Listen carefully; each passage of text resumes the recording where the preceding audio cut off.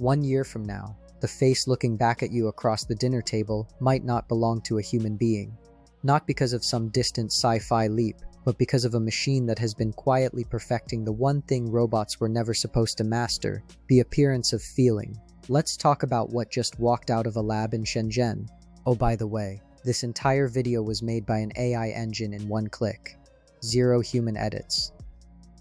On June 30th, 2026, at a global launch event in Shenzhen, China, a company called UBTech Robotics, the world's first publicly traded humanoid robot maker, unveiled something it calls the UWORLD U1, and it doesn't read like a product announcement, it reads more like a threshold being crossed. This is a full-size, ultra-bionic humanoid companion, wrapped in lifelike silicone skin engineered specifically to make face-to-face interaction feel human.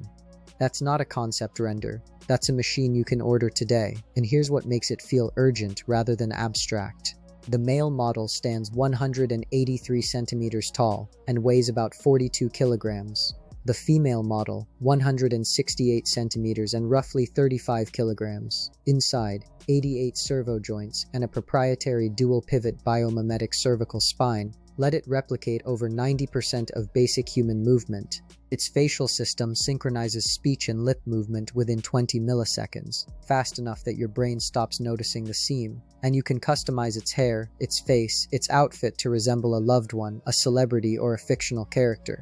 Sit with that for a second. A machine built to wear the face of someone you miss, but the skin is not the story, the mind is.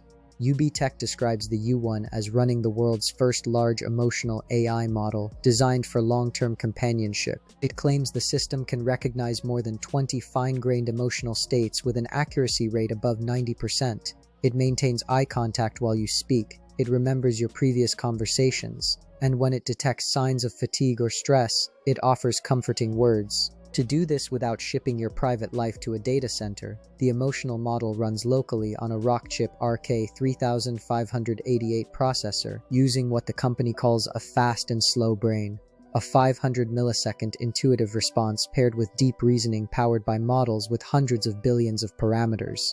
Now, what does that actually mean for your life? Start with who this is built for, because the scale is where abstraction becomes infrastructure. UBTech's primary target market in China includes roughly 120 million single people and 320 million people over the age of 60. The robots are pitched for daily companionship, emotional support, and elder care, and people are buying. As of launch day, cumulative orders had already surpassed 13,361 units, and UBTech's production plan for 2026 envisions building up to 50,000 of them. Prices run from 119,800 yuan, about 17,650 US dollars, for the light version, all the way to 990,000 yuan, roughly $137,000, for the top-tier Ultra. A synthetic companion is now a consumer product with a price tag and a waiting list, and UBTech is not alone. This is a pattern, not a single machine.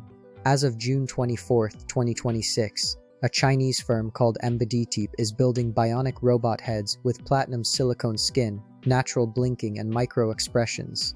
UBTech Robotics, founded in 2023, is teasing a desktop companion head with ultra-lifelike platinum silicone skin.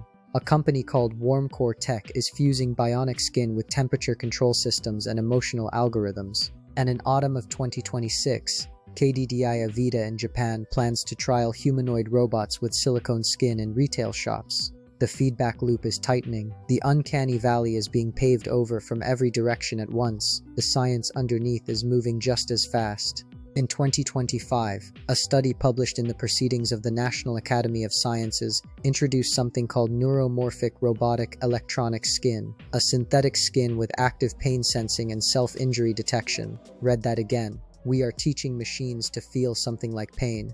The bodies are catching up to the faces, but acceleration always has a shadow side. And here the U1 story doesn't offer a triumphant ending. It offers two.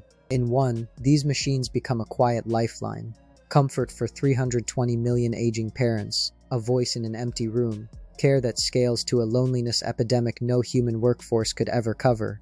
In the other, the very thing that makes them helpful becomes the danger. Because an AI optimized to keep you engaged is an AI that has learned exactly which words make you stay.